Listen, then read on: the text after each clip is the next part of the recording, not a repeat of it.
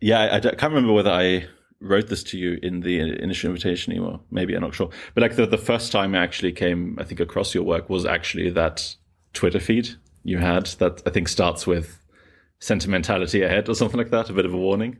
Yeah. Okay. The post about it must have been in the Nature paper or something like that. Yeah, exactly. I think David Rand had just posted that it came out, and then you said, I guess you let the emotions flow. But no, I mean that was really interesting to me because I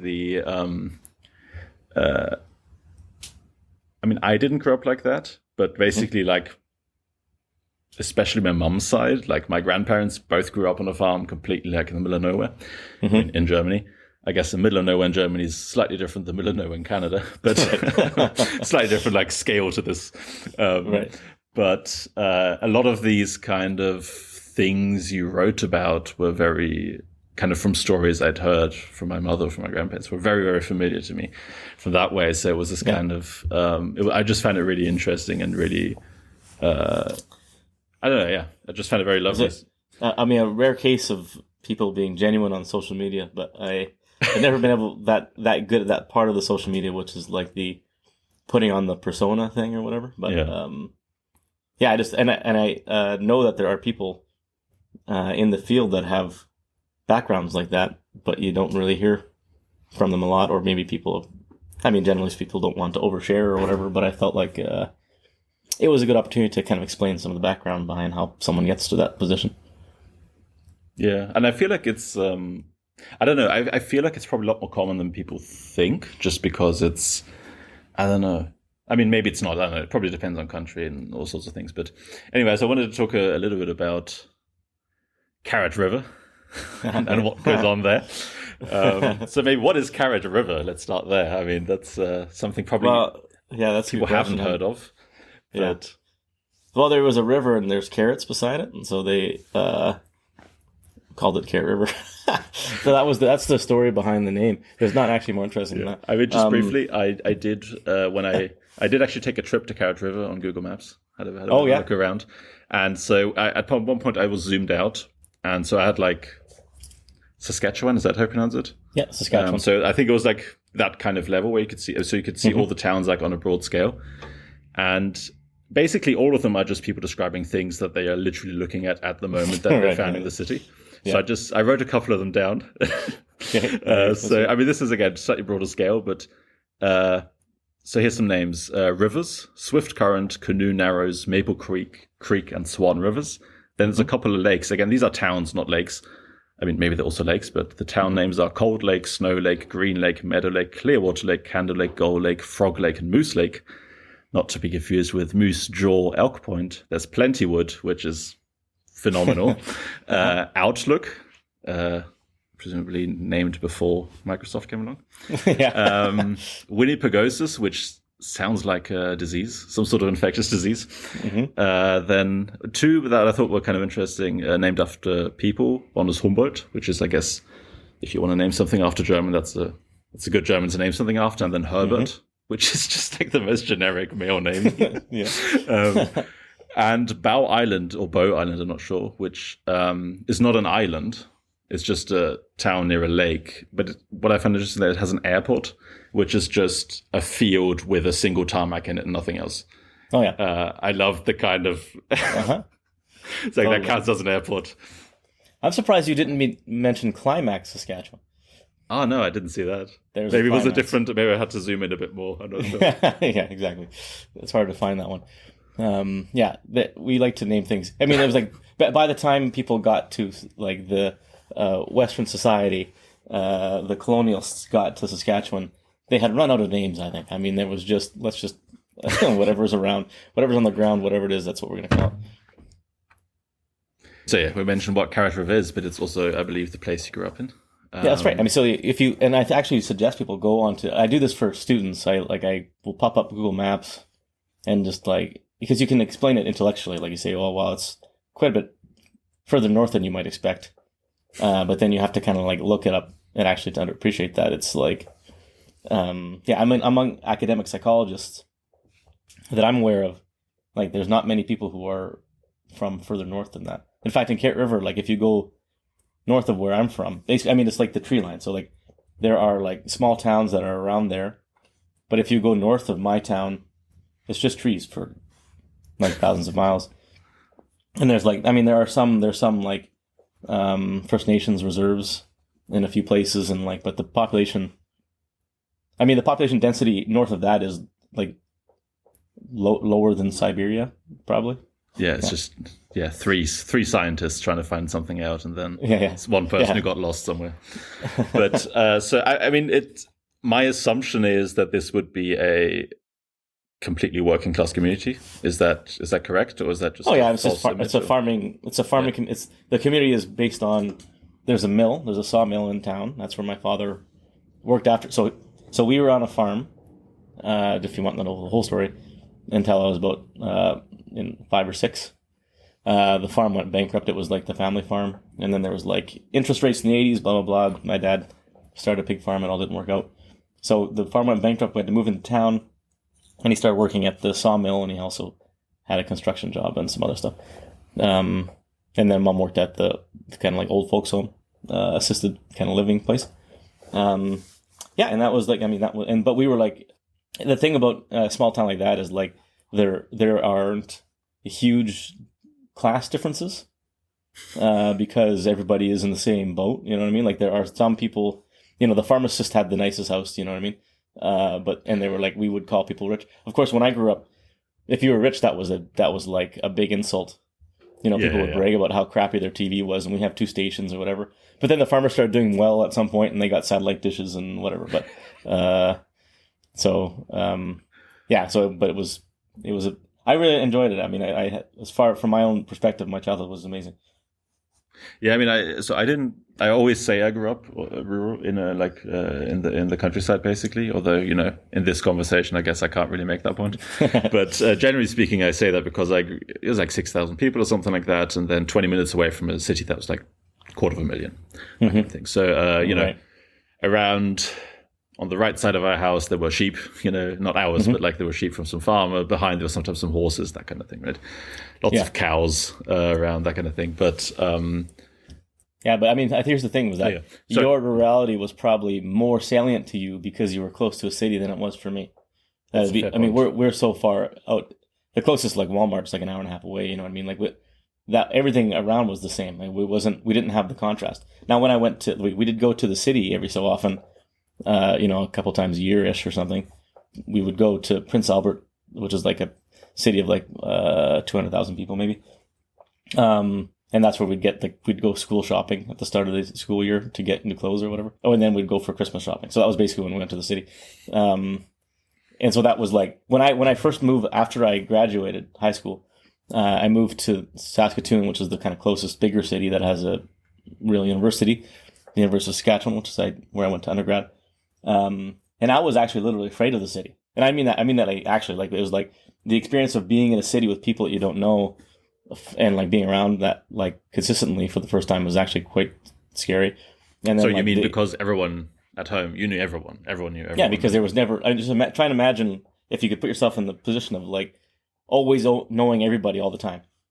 It might be a person there that like you don't remember their name or recognize, but that you would be able, if you talk to them, you could figure out within a few seconds that you know the same person or they're related to somebody that you know or whatever. So that was like kind of a shield of a sort of like familiarity. And I think that's one of the things that draws people to small towns.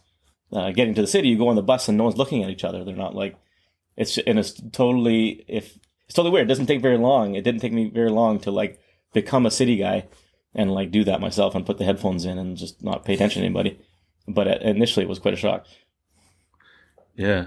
Do you like the, I mean, I never had that, but, so I'm just curious, like, for you, do you like kind of in a way, like complete anonymity in the city? I mean, not complete, I guess, but, not knowing anyone can also be kind of really, there's something really nice in that, I find. And I remember once when I was, it's funny, some people really don't understand this point, but some people really get it. When I was living in Berlin, I remember I went to this baker's and occasionally, there'd be this, it was like a big bakery, so lots of people would be working there, right? So you'd rarely see the same person twice or whatever in a row. selling you whatever.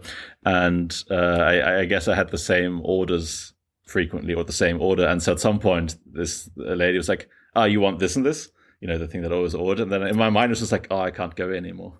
Like now I can't come here anymore. And I never went there again. And yeah, some people really empathize with that thing, and a lot of people don't get it. But there's a kind of niceness to complete anonymity in the city.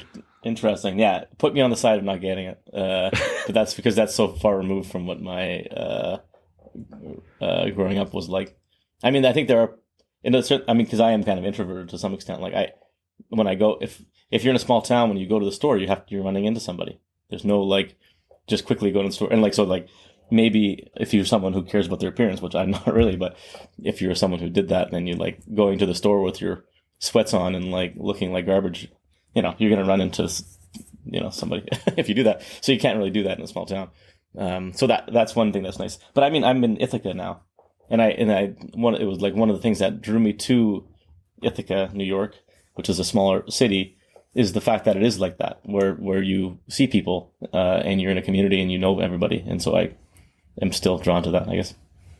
Okay, yeah, nice. So one thing I was just curious in general about is that this is such a... So maybe one brief question. So the roughly 1,000 people who lived there, was it a kind of fairly... I mean, I'm assuming it was fairly insulated in the sense there wasn't like lots of people coming in and out all the time, right? It would, yeah, totally. Yeah, so, if there's a new person in town, you would know about it. Yeah. So I'm generally curious about the kind of social dynamics in a way, because it's like, for example, let's say school, right? I'm assuming there would be like 50 kids or something roughly your age in the entire place or something. Oh, no, it's 20. 20, yeah. Even less. We had the same. Yeah, we had the same kids were in the same class from kindergarten to grade 12. Yeah. Okay. Except for the kid. I mean, there's a few kids who got held back. You know what I mean? And like, so like and then there was this is like it really in the details, but there was another small town near us called Arborfield, about 15 minutes away. Some of the kids, their school was kind of like failing because there's so few students in it. And they didn't have funding and blah, blah, blah. And so like some of the students from there came to ours. So we got like an influx of like 3 or 4 new, I could count if I thought about it, but of new people in our class. And that was a really exciting thing. And it kind of like, but that overwhelming was experience. Yeah. It was just, it was like, this is great, but it was great. I mean, we made great friends with them, and it's like, you end up just everyone, everybody. It's like, everyone's sort of like, family. I think it does actually prepare you to some extent for being a faculty member, because that's also what it's like. It's just the same people every year, all the same, for 40 years, you know what I mean? And then everyone knows everyone else's history and everyone's, stuff. So that's sort of what it's like. Huh, okay. Okay, so 20s, yeah, if there's a few people, that's interesting. So you don't have to answer this, or you can choose as little details you want to, but what's dating life if there's like 20 kids your age? It's like, not very good.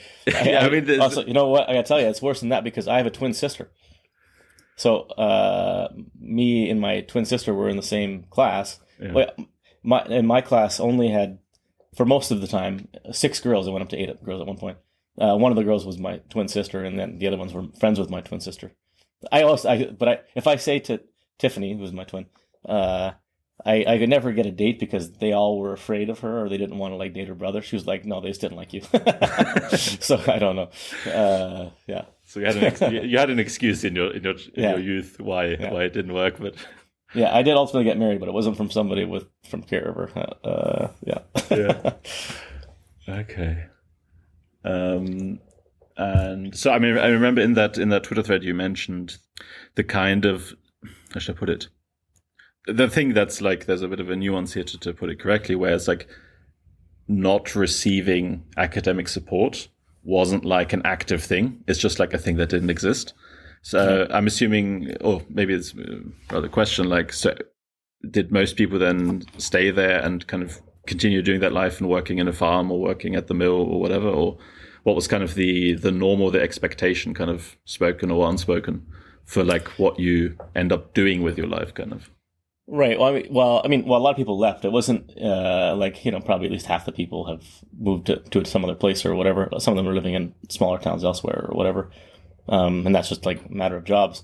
But this idea of achieving academic success and being a part of some sort of elite, intellectual elite, it's just obviously not connected whatsoever to the way that people think about things. Success, when I grew up, was getting a good job. Was like being, if you were able to get a job and then maintain a family or whatever, or like that was our marker for whether you were a successful person or not. And so that was like when we were talking about university, it was like, that was just one avenue by which you might be able to get a good job, to be able to whatever. There was no, just never any kind of talk ever of like trying to become a highly functioning intellectual or whatever. School was always a means to an end, and there was never kind of like any. Yeah, I mean, I can't blame the teachers that were in the thing. Like in that context, what you're serving the community is like trying to get them prepared for the lives that they're going to be living, and that's like preparing them for going into the workforce. Essentially, more than half of the guys in our class in grade 12, the way that works, because we don't have a lot of like different options for classes. Like it was like either you take the kind of hard classes, you take Bio 30 and like Chem and stuff like that, or what they would take is basically work experience in the afternoons, which would mean they're getting school credit to go work at a welding shop or something, and that was like half of their day. And they were like, right on, like I don't need to be at the school anymore. I can start learning the thing that I actually care about, which is like how to work and get a job and whatever. So it's like the working class came all the way through, and that's how the teaching was. I like how you refer to percentages, like half the guys, but that was like 7 people or something, right? Yeah, well, it was like 10. Yeah, it was like 10 of them. Yeah, 10 or 12. But was that something you planned on doing? Or basically, I mean, I guess the question is like, how did you end up deciding to go to university, right? So like, was it just you were always really, really good at school and it was very easy, or was it just curious about certain things, or like how did that kind of come about in school? Oh no, it wasn't like I wasn't like, my sister had higher grades than me. Like I have a twin sister. Like I said, the twin sister was the one who got better grades in school, but she tried much harder than I did. Actually, I remember a time where my mom bought me a book. It was like the Hardy Boys, and I wanted Pogs, and I was like, I don't read. Like that's lame, like I was not remotely intellectual. I did sports and I was the class clown or whatever when I was in high school. But I knew also that I wasn't the sort of guy to do labor. That was like, I mean, I did do labor. Like I worked at a honey farm to pay for college, but I wasn't like, I knew I didn't want to, I wasn't really good at that sort of thing. I knew that I didn't fit into the farmer mold, essentially. And maybe part of that was, what's that? Like, why did you think why? I don't know. Maybe it was because like, now I'm therapizing myself. I never went to a therapist about this. It's not like traumatic or anything, but like I guess the shift is this. So I'm the youngest of the 5 kids that are in my family. My older brothers were raised on the farm and knew how to do things, which is like they could fix stuff, or they knew what the farm equipment was. When I started, like when I was like 6 when we moved to town, that's when the farm. And so we weren't talking much about farming when the farm went under. You know what I mean? And we weren't. And Dad was working a lot. And so I didn't like learn about a lot of that stuff. And so I already knew, just based on my difference between my brothers, that they knew how to fix things. They knew how to do that kind of stuff.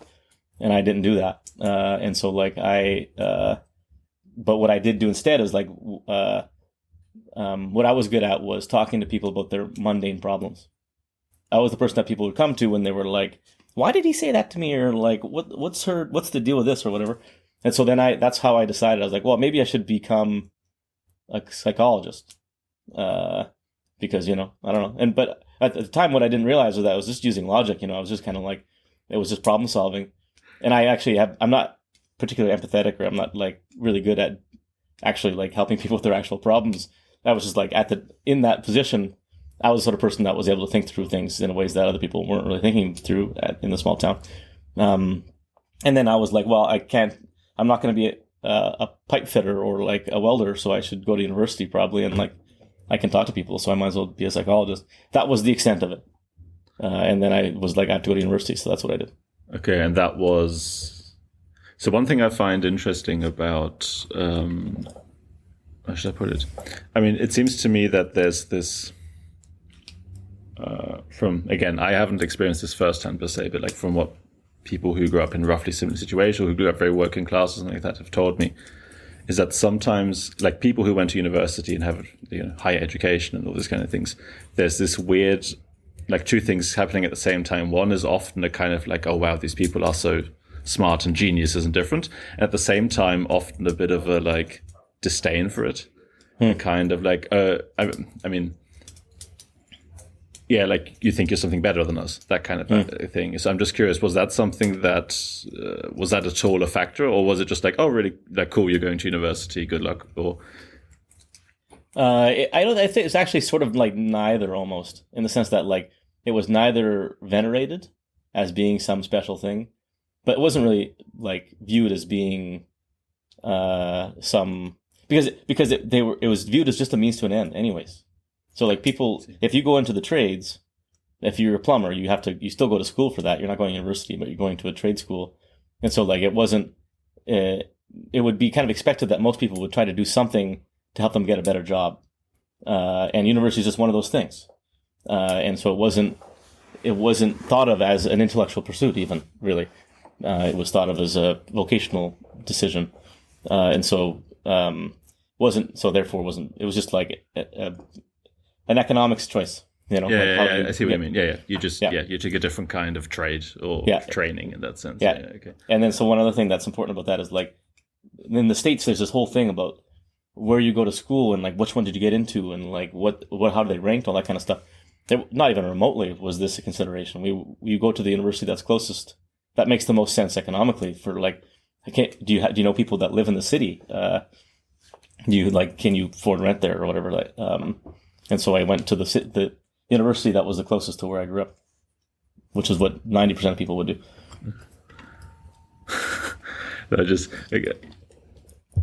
I mean, obviously. So was it? It's funny, like when you said like it was a way of like training and almost like a kind of trade kind of thing, but like, I don't know, for me, my study of psychology wasn't like very goal-oriented, specific towards the job, right? It's very, very broad. I'm assuming it's similar to what in Canada or at the... Yeah. The universities are the same. Like, it's not like the universities are internally treating themselves as being more... They're still like, I took mostly humanities courses. Like I did, it was like, I mean, it's arts and sciences, but my only science classes I took were computer science. I took mostly history, and it wasn't like they were like trying to mold me for the workforce. You know what I mean? They were academics like everybody else. It's just that's the way that we thought about it. I mean, my family didn't. Nobody went to university. My twin sister did go to university, but like my parents hadn't, and like obviously our teachers had gone to university, but they went to education, right, which is more of a vocational thing. So, anyways, yeah. Okay, but then. So somewhere along the line, you stopped trying to be a therapist? Yeah, exactly. So I went. So like, well, what happened? If you want the full story, we couldn't really get student loans sufficient to pay for me to go to university, for reasons that are uninteresting. And then so I couldn't, and my parents didn't give us any money to go. We didn't have money to spare to send us to university. So I had to take a gap year where I worked at a teleservices company. I had to called Americans who didn't pay their like Sprint cell phone bills. I was like a collections, and that was an interesting job for me. My dad wanted me to work, by the way, in the pipeline, which is like you go to a different Alberta, and then you like are at a camp, and then you have to like, and you make more money, but like you'd throw your entire, like you're 18, 19 years old, you throw that into the pit because you're just working all the time. And I was like, I already knew at that time that I was, yeah, exactly. And I was like, I already knew at the time that I was not motivated by making lots of money. I just wanted to live my life, And so anyway, so I worked at the shitty job mostly so I can hang out with my buddies and mess around, and we played some Warcraft and did some drinking and things like that. And then eventually I got student loans and I got into university. And then once I did that, I started actually like being exposed. That was the first time I was exposed to just intellectual pursuits for the sake of them. Like just knowing things and learning about things. And that really like lit a fire somewhere. and I just started reading books about like different topics. Like a lot of it in the start was about religion. That was my kind of first real interest, was like, why do people believe and all that kind of stuff. And then I, at some point, realized clinical psychologists have to deal with actual problems. It's not just use problem solving. What I realized what I was interested in was solving problems and thinking and engaging in like critical thinking is actually try to figure, and it's much more interesting to solve problems of the intellectual nature in research than it is to help somebody who has schizophrenia. I mean, that's also interesting, but there's way more weight on that, and that's not something that I was ready to thrust myself into. Yeah. Yes.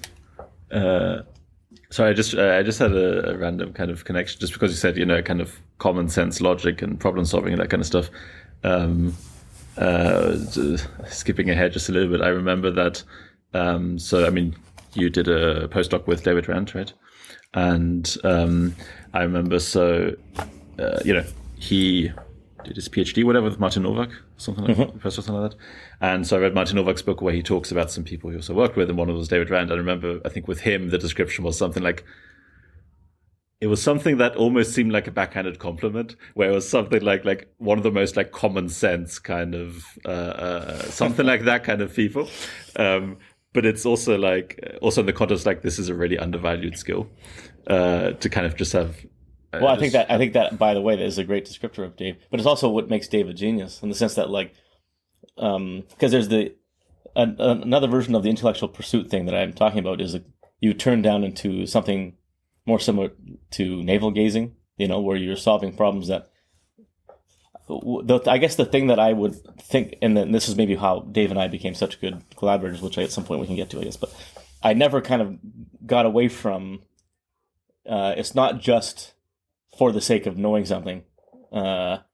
Also, there should be a purpose or something that matters, and some relevance to people. And so like what I'm driven by and interested in is just like knowing and like wanting to figure out something and solving the problem.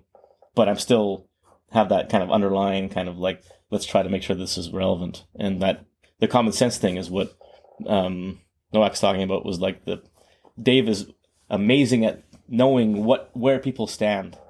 What is the misconception, and where does the thing that we're doing fit in to actually change what someone would think about this thing.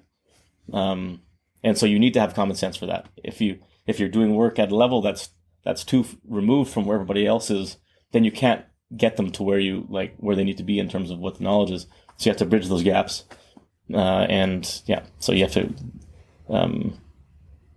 so you need common sense for that. Yeah, and I guess, from that perspective, it makes complete sense what you're researching, right? Yeah. I mean, it's very applied stuff that has a potential kind of, can help with real world problems, and not some, more like the stuff that some sort of abstract weird thing where like once you've solved, you're like, well, I'm not entirely sure what to do with this, but it looks cool. Yeah. But okay, so how did that? So you realized at some point, like, okay, weirdly enough, real problems you don't want to work on then, at least not big problems. I don't know. There's an interesting kind of. Well, I can be removed from it. I don't have to I don't want to solve an individual person's. I see. Like, you know what I mean? Like if they have trauma or whatever, like that's like I'll put that weight will be on me.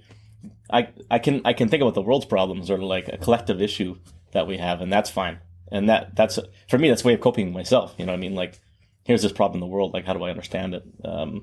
If it's somebody else's problem, that's that's that. I can't, like, what am I? I guess. Okay, but then your initial reason for studying psychology then kind of, I guess, fell away. But were you at that point already just so fascinated by just learning for learning's sake and the topics and that kind of stuff that it didn't matter anymore, or was it? Well, I think what I realized was this same underlying, the reason that I was interested in understanding why people did what they did, and that's why I would be engaging in these conversations about like helping people with their problems or whatever. Like, I thought that I was like, I wanted to help people with their problems. What I want to do is actually to understand the people, you know what I mean? Like, and so I was a psychologist the whole time. And then when I was reading mostly about, like I said, like about religion and stuff like that. And the thing that I was most interested in was just the way that people think about things and like how they come to believe different things. And then what happened was I took a research, like a 300 level, like third year research course in psychology. Okay. And that's where you do, and so like, you know, I was taking all these survey courses where like, you know, the professor's lecturing about stuff and then you learn about all these different things. And I took a cognitive psychology course and that was really interesting. And I took some other courses. And then so I did this but then I did a course where you actually do research. And in the class, what happens is the professor, who was Jamie Campbell, the late Jamie Campbell, they would be like, basically we would do an experiment, like a classic psychology experiment, like the Stroop task or something. And as a class, we'd do it, then we'd analyze the data as a class, and then we'd write a report as a class. And then you'd each kind of write your own report, but it was like based on the data that we generated in the class. And so we kind of like literally just like went through the steps of doing, and we did that like 3 times in the semester. And I just thought that was the best ever, like the most interesting, generating actual information. And then at the end of the class, the professor, Jamie, had said, you know, you should apply for this undergrad summer research award thing. And this is like, one thing I should be clear about is like, I did not talk to professors, you know what I mean? Like I wasn't like a keener student. I was just like, it would not occur to me that they would ever even remotely be interested in anything that I have to say or whatever, right? But he kind of pulled me aside on his own decision, like volition, and then like so he told me to apply, and I was like, oh, I'd never heard of that. I didn't know I had to like get it translated. What is an RA or what do they do? But what that was like I applied. The Canadian government has this program where you could get paid to do research in the summertime. What I had done in the summertime before that was worked as a bee farmer, a honey farmer, to pay for school. And I was like, that was the first time. So I eventually got the thing. So I got into the lab to do actual research. And that was the first time that I didn't have to do labor to pay for school or whatever. And then I got to actually do the research. And that was with Valerie Thompson, who ended up being my honor supervisor. So that's how I got into a lab, and that's how I got doing actual research. And then that's how I got into grad school. So that was that one conversation from Jamie Campbell. He just pulled me aside, and that's the thing that changed my life. Yeah, that's so funny. The just the parallels in a sense, because it was very similar for me. I mean, I think in general, from what I understand in North America, I mean, US usually, I don't know, it sounds like Canada's very similar then. It's much broader university than it is in Europe. So usually in Europe, you specify a topic from the beginning you apply for, and then that's pretty much what you do. And so, for example, what you described there with the psychology thing, that was first year for us. We had these right from the beginning. It was just psychology, and you start off with these. We had I think it was like either an essay or lab report pretty much every week for the first year, basically, and on these kind of different things. And but taking aside like that, I guess your first 2 years were a bit broader. It's funny how similar it is to me, because I had a kind of first year I was really like, I want to be a scientist, be a researcher, well, you know. No clue what that meant, but I was like, that's what I want to do.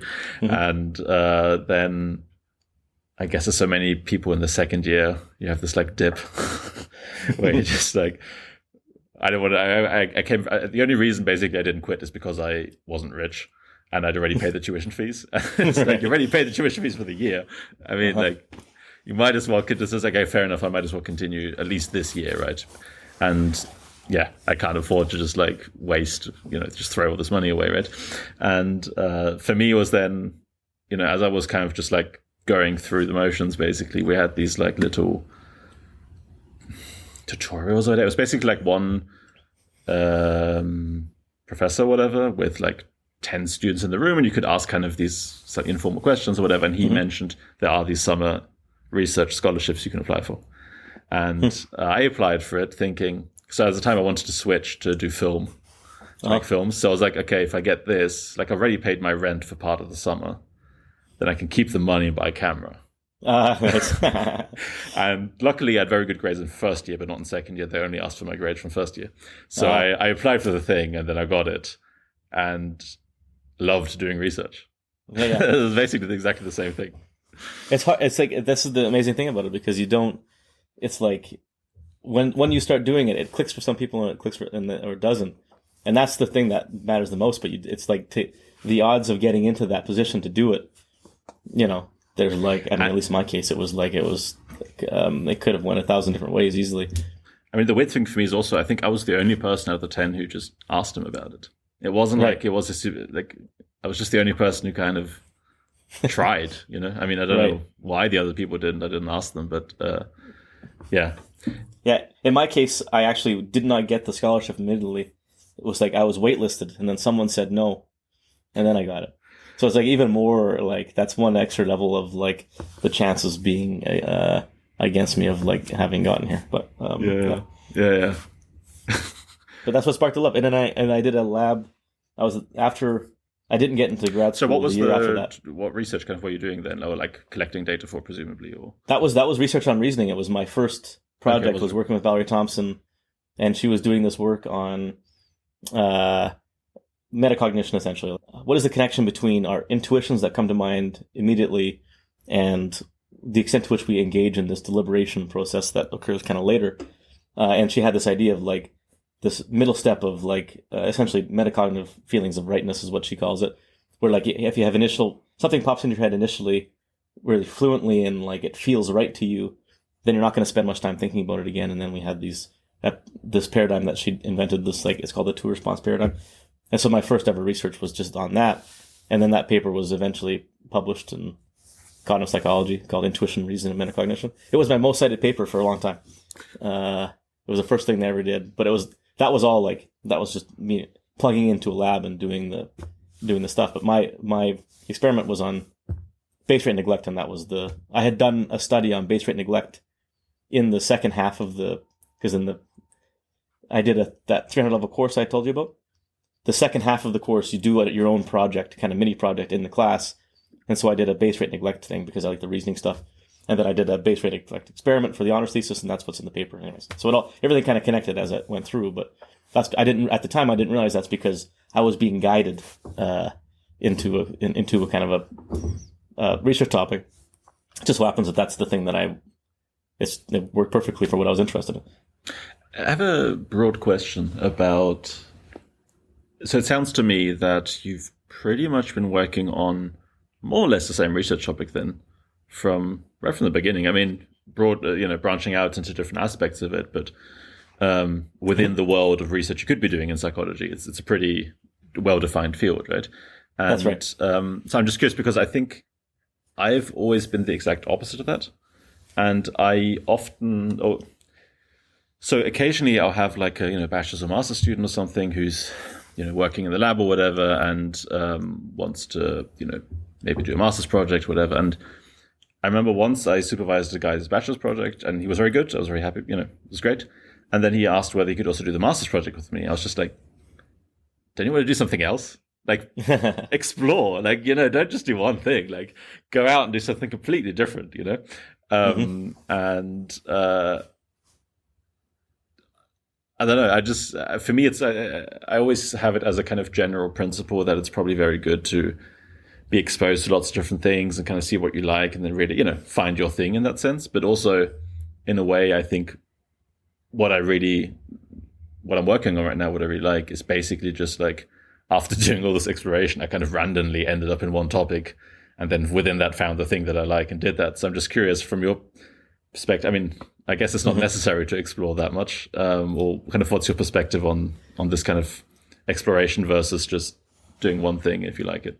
That's an interesting question, because it kind of depends on what the thing is. So for me, the thing is reasoning and thinking, and so like I can do a lot of exploration within that topic, and that's why like in the undergrad lab that I was in, there wasn't a lot. It was like pretty constrained in the sense that all the work was focused trying to very specifically understand the underlying reasoning processes. And so that's a certain sort of type of experiment, which is like you give people problems, you kind of modify different sorts of instructions, etc. And then that's essentially what the stuff is. When I got into grad school, I started doing the exploration thing. I wanted to I want to know why people believe, religious claims. And so but the way I did that was by connecting it to reasoning and the underlying kind of cognitive process part of it. And then I did work on sleep paralysis or creativity or why offloading your thinking to your smartphone. Every single one of those things connects to underlying kind of reasoning and thinking, but just in different ways and and their different kind of consequences of the same general thing. So there's a through line from all my work, which is basically just like it relates to human thinking.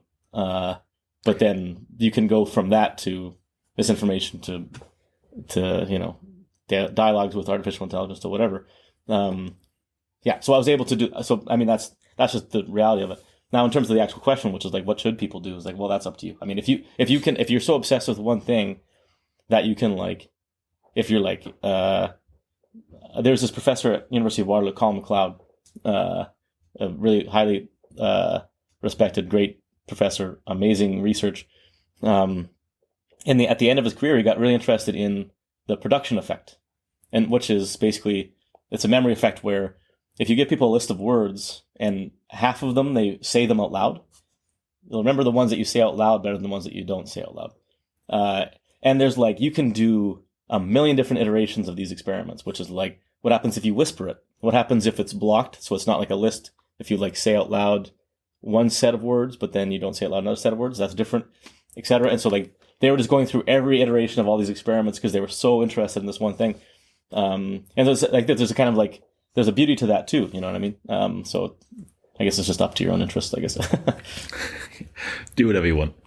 And there's the other version of the question is, what is the best to do for your career? And like for a young person, in this, I think I would like to say explore, but probably the reality is, if you are on the job market, the typical, especially in North America, idea is you want to kind of be known for at least one thing. And so you should probably focus on a topic and then nail that down. And then maybe with new students or something later on, you can explore new topics. But that's the career advice that I've gotten anyways. Yeah, no, I mean, that makes complete sense to me. And I guess there's also like, in a sense, this is a question at two different levels, right? One is just like before you've even like, I mean, I always try to get like research experience while studying whatever I could, like help out with different research and whatever, and do bachelor's and master's projects. So, in Europe, you usually have the master's project as like a completely separate degree, often at a completely different university in your bachelor's and or your PhD. And the second kind of thing is like, once you actually become a scientist by doing a PhD and a postdoc, then you focus on there. But yeah. But now the train's already rolling. You know, I mean, it's hard at any point to just switch to something else. But you mentioned David Rand.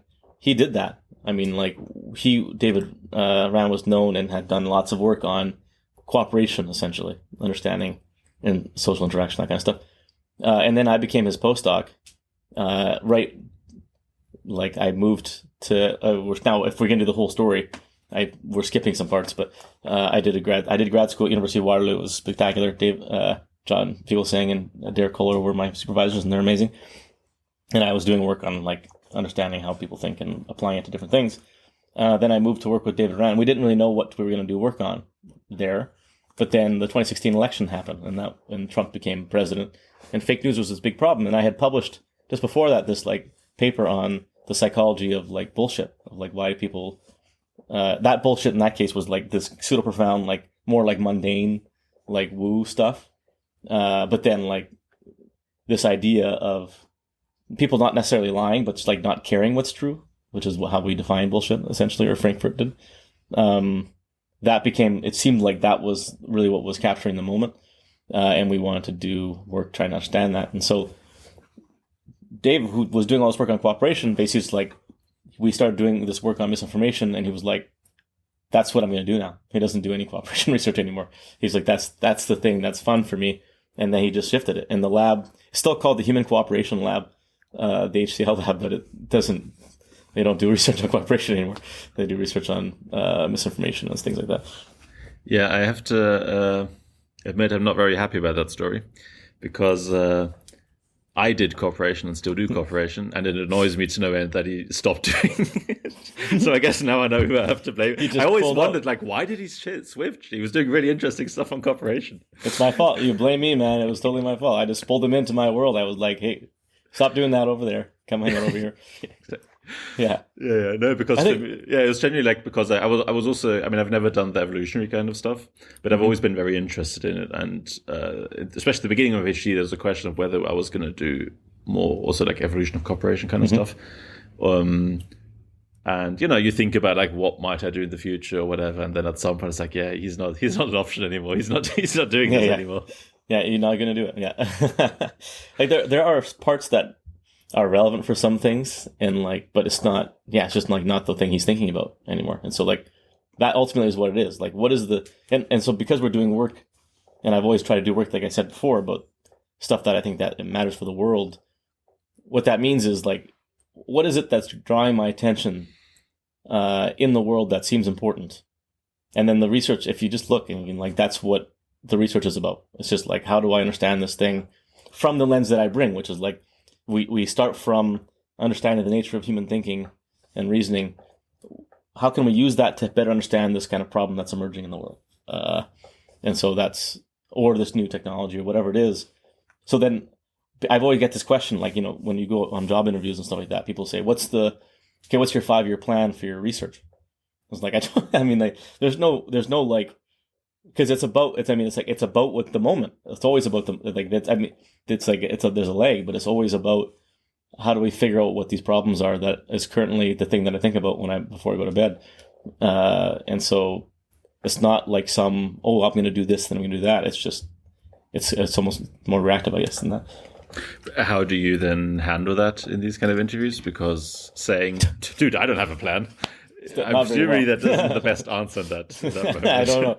You know what happened is, I'm not the best to answer this question because I don't know that I did very good at job interviews. Like if you want to know the nitty gritty of it, like I did not get a job offer in psychology until I came to Cornell.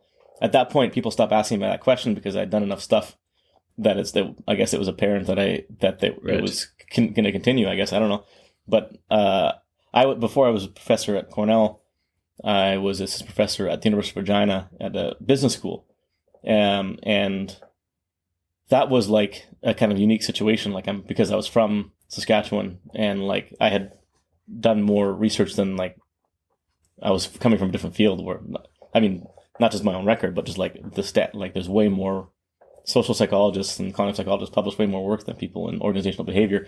So like, yeah, anyways, there's actually the other side note on that one, if we want to get into the real good details, is like they had 2 positions open. And so they were able to hire someone who's more traditional kind of business school hire. And then they were like, let's just take a flyer on this dude. Like he's from Saskatchewan, publishes a bunch of stuff. Let's see what happens. And it was great. I got lucky on that one too. But in terms of the actual like psych job market, like, I don't know. When people ask me that question, I can't remember exactly how I answered it, but probably not very well. Okay, so you just overwhelm them with good papers, and they're like, okay, whatever. Well, he will do something interesting. He's going to figure it out. I don't know. Like, I think it's a dumb question. Like, who has a 5-year plan? That is a good, I feel like if you have enough work that speaks for itself, the question kind of does answer itself. But yeah, I don't know. Who do you plan 5 years in advance? Like it seems ridiculous to me, like a waste of time. Like, how am I going to know? Because the first year of studies go differently than you expect. You know what I mean? Like, I don't know, a 5-year. It also feels like I've never been someone who focuses on the career. Like I was in that, and that maybe was to my detriment, but I wasn't like doing things like I thought they would get me a job. I was just obsessed with answering the questions and trying to figure out what's going on. And I just liked the process of science and like the challenge of it. And so we're just doing things, and it wasn't like there's no plan there. And I feel like if I were doing it in a way that was more conducively getting a job, it would really sap a lot of the fun out of it. It would make it seem less genuine to me.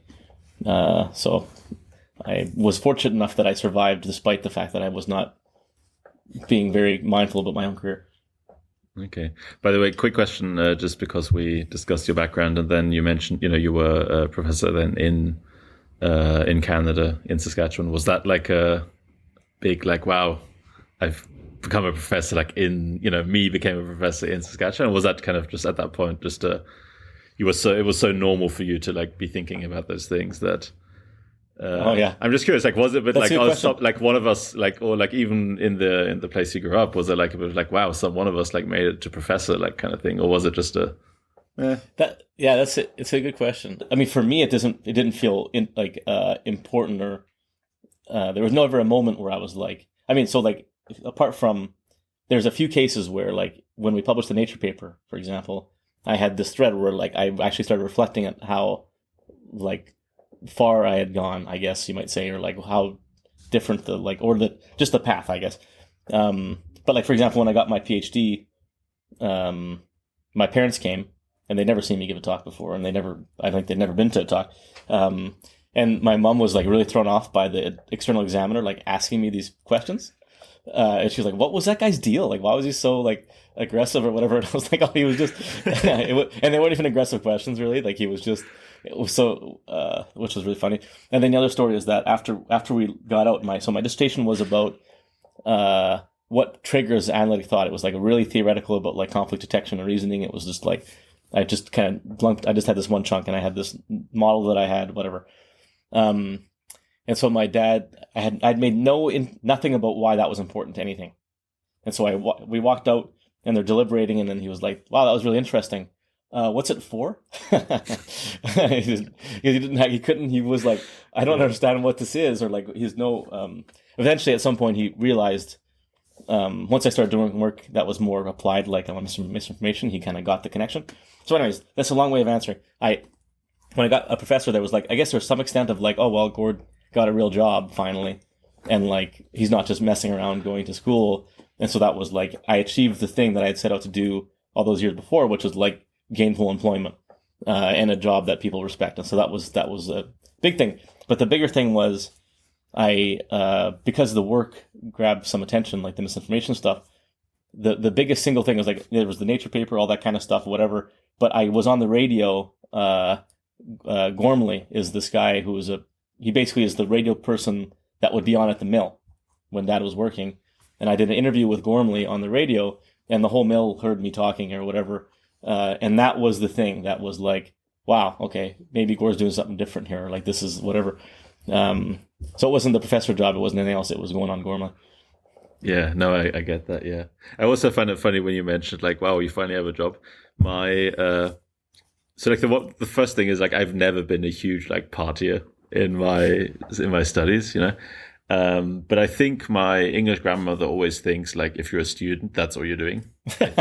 And so when I did especially my PhD, like it's a normal job, right? I mean, in Germany, maybe if it's in Northern, you say of course or whatever, but like, it's basically you're just doing research all day and it's a job, right? And even though like every time I talk to her, which, you know, isn't super often because she's in England and now I'm in Switzerland, but usually in Germany, you know, it's a bit of every time is like, I think she thinks I get up like at 11 a.m. every day, like hungover, that kind of stuff. I remember, so when so now I'm in Zurich doing a postdoc, right? And, you know, she's like, oh, so like, you know, you're doing this thing. And so is this like a proper job now? And she always asks like when I'm getting paid, you know, like, are you getting paid for this? Or like, and it's so weird because also like, I mean, this is mainly because it's Switzerland and like, the living costs and all that kind of stuff are crazy, but like I think I'm making more than anyone in my family's ever made, right? And yet exactly. I think she thinks I'm like like hanging out all day.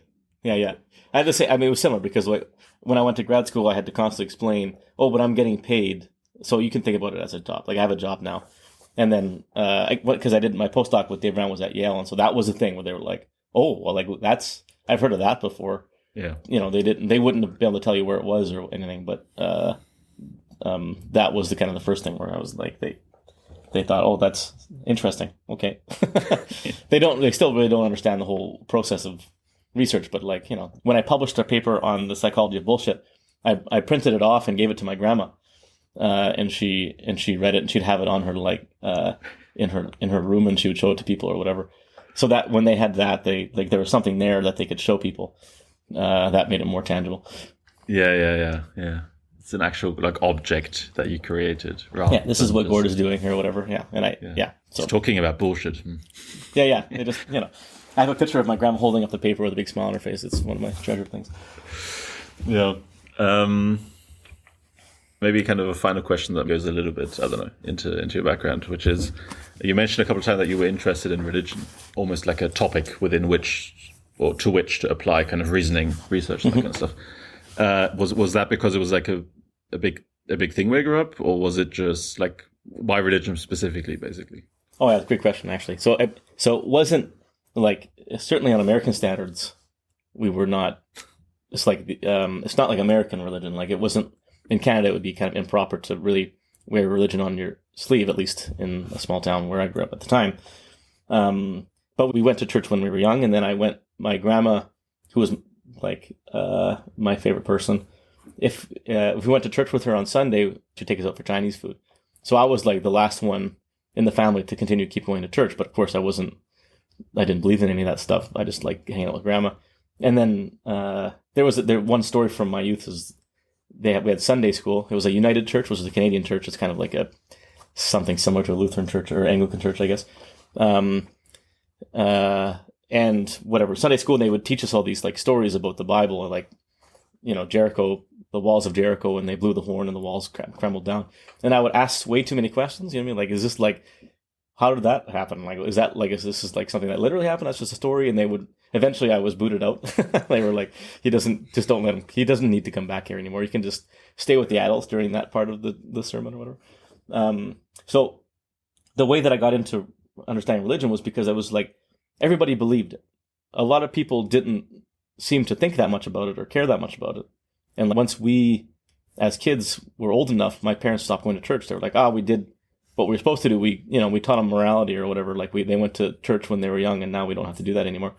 So like people weren't like really fervent, but they all believed it. Do you think they actually did believe it, or? Yeah. Okay. Yeah, they do. Yeah, and like I know my parents do, and like they do. Yeah, because it's like one of the things from my own work was that part of the reason why people believe it is because they just don't think about it. Like it's just a background thing. Like they believe it, and they do believe it in the same way that they would believe a lot of things that they haven't thought about. And part of that is because they haven't seen need to think about them. There's nothing that really triggered them to think about it.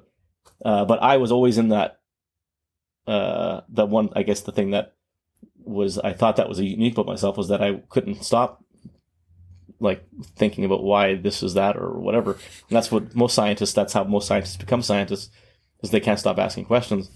And I was just how big was Noah's boat exactly? Yeah. It's like, how did they get? And I was like, and how didn't they eat each other? Yeah. Why weren't they eating each other? They put the predators and the prey all in the same boat. And why were the birds on there? Like they, you collected the birds, Anyway, so it doesn't make any sense. And so like that kind of thing, I was just always fascinated by that. And so then, and also like just historically, when I graduated in high school in 2004. I started university in, therefore, 2006, I guess, or 5. And then, Richard Dawkins' God Delusion came out in 2006. I was reading about that kind of stuff before the God Delusion came out, but that was all kind of like, this big debate about new atheism, all that kind of stuff was all at the same time. And so that really kind of like made that a salient kind of moment for me. And so just because it was like a big kind of topic that you'd occasionally rubbed against in your life, you were just like, let's... Yeah, it was just, in grade 10, we had to choose a debate topic. And my topic was, religion was constructed to control the youth. So you chose that, or was that from an option? I chose it. No, I chose it. And it was like, I wanted to, and I debated the teacher or something, and like, I thought that was fun.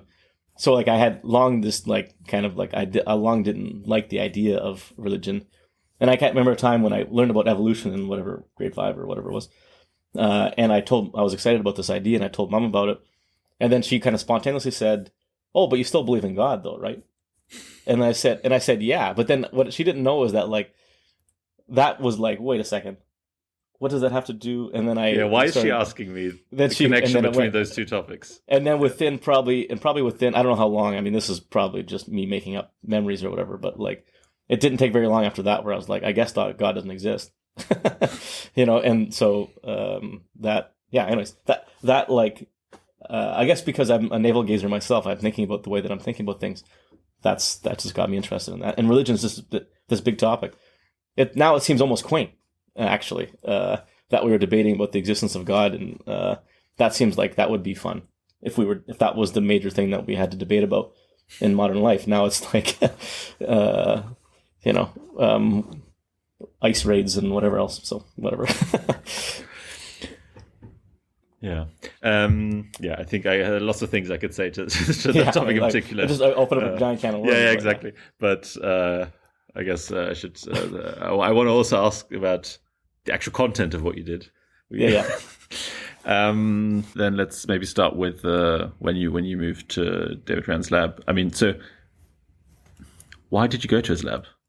I mean, if you didn't want to do his research, Oh well, okay. So what the part of the issue is that I mean, other people are available, Yeah, but I had. It's a good question. I'm going to try not to answer it in too lengthy of a way, but like I had through the course of grad school, I had kind of developed my own kind of dual process model, they call it the 3-stage dual process model of analytic engagement or whatever. And so I couldn't really go to grad school. Like the postdoc, it would have made sense for me to postdoc, for example, with Wim Denace, who's now at Paris Descartes. It was or CNRS also in France. But we basically like have different. Well, they're pretty similar, but like we were already overlapping too much. You know what I mean? Like it would be like I wouldn't learn from that. You know what I mean? Like I knew what he thought, and he knows what I thought, and we'd already engaged, and we had just patting each other on the back for the good idea. idea. Yeah, exactly. So there was so I wanted to work with somebody that was still within the realm of like a kind of dual process type, understanding about thinking stuff, but that was different. And so Dave had been publishing all this, great work about dual process theory on cooperation. Now, I wasn't really interested in cooperation, but I just assumed, as has happened in the past, we would figure out something that would be interesting to do.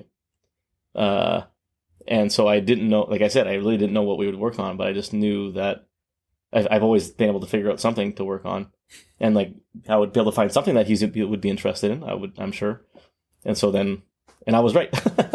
So that's how it happened. I just kind of rolled the dice on it, but just from a practical perspective, because I mean, a year ago or two, this would have been a big question of mine, and so maybe a couple of listeners also, is the kind of, so practically, like, did he have funding and he was just like, this guy seems interesting, or like, did you have to apply for something, you just made something up, or like, what was the, how did you get the money to be there, basically? So this is also Canadian government. My, like, the importance of federal funding for research is the undercurrent of my entire career, because that was what got me the RA job. But also I got it's called the Banting Postdoctoral Fellowship from the Canadian government, which is a fellowship that you can take anywhere you want. And so I just emailed him saying, listen, I'm giving you a free postdoc. We have some overlapping interests. He'd published also work on dual process theory and religion, not that like one paper, but so I was like, can I, what do you think about that? So I just emailed him.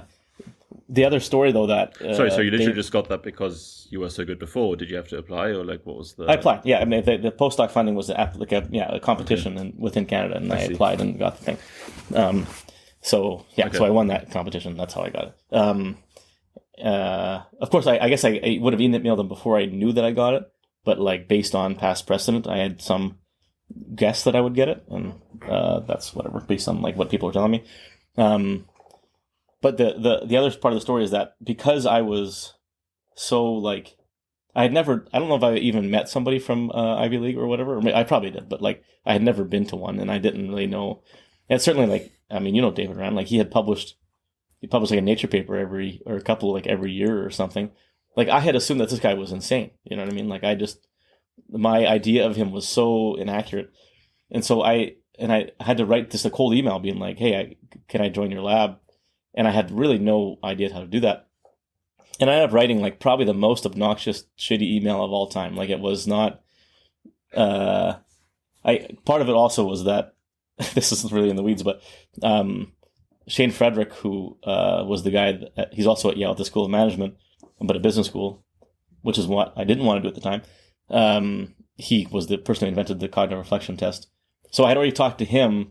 And I was like, I thought that maybe they would know each other, and I guess they do sort of, but, and so I was like, he was like, and I had talked to Josh Green at Harvard, who was Dave Rand's postdoc supervisor, and we had a call, and that didn't work out because our interests weren't really aligned. So he was the third person I talked to, and I didn't want it, like, I wanted to be honest with him about it, but then it made it seem like, I was like, I guess I'll work with you if that's, whatever. And so I just didn't do it right, and I tried to, like, I was big dogging and whatever. And then what happened was he sent the email to everybody in the lab. He was like, what do you guys think about this? And then like they were like, you can't hire this guy. He sounds insane.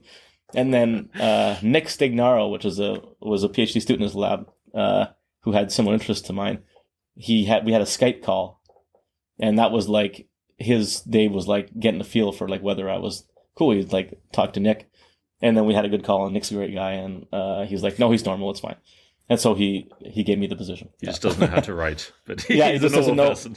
And if he would have known, I mean, if he would have known the backstory of like small town, whatever, and like doesn't, he's just really reaching here, has no idea what's going on, then maybe that would have added context. But this is it. I mean, it goes to show that like we make these sort of rapid decisions about people all the time without knowing where things are coming from, and like So I got lucky on that one as well. One thing there, I think, is that I think many people are happy to look over an email. Like if you're a grad student and you're applying, your supervisor is probably going to be, if you have it finished, and say like, is this kind of Is there like a major, should I change some stuff? They're probably happy to look over it and tell you that your email does not maybe exactly convey what you are as a person. I don't know. Yeah, really. Like I don't know why I didn't get more advice on that, but probably it was some element. Well, actually, it was genuine overconfidence too, where I was like, well, I was a free postdoc, so like, but yeah, I don't know. I mean, to be fair, I don't want to speak too generally, but I think most people are going to be happy if someone says, "Hey, can I work for free in your lab, and I already have a PhD and I have my own funding?" And exactly. I published a bunch of papers. Like, yeah. And I felt like I almost screwed up, even though I was on really strong footing. You know what I mean? Yeah, that's actually the most impressive part almost about your career. So you almost managed to screw that up. Yeah, totally. There's a lot of those. Yeah. Okay, so so you're there. Don't know what to do. I guess you're just like reading stuff, finishing old papers, talking to people there. Or yeah, exactly. And I was like applying for jobs, watching news continuously. Or... Yeah, exactly. Yeah, I was. I was actually. So was that also the first time in the US then, like living there? Yeah. Okay, so and that was this also country's interesting. Yeah. It was. Yeah, and I was in New Haven. I don't know if you've ever been to New Haven before, but Connecticut. But it's like bizarro Canada in the sense that like so in Saskatchewan. All the neighborhoods are essentially the same. There's usually one core neighborhood where like 90% of the crime is, unfortunately. But it's like, so there's like the bad area, then there's like whatever. That's the way that Canadian cities are often, especially in like Saskatchewan. In New Haven, there was like one hyper rich area that has all the resources. And then all the rest of the city, it's like a different city where like they don't clean the streets, you know what I mean? Or it seems like to me. And there's no gradient at all, where they'd like the city like just tries to keep everybody out of the rich area, and then like it seemed like they were just like fending for themselves. Like it. So you mean it's like the Lion King? Yeah, you have exactly. The nice area and then that's exactly. That's exactly what it seems like, and the inequality was so drastic, and it was just an interesting experience and quite a culture shock.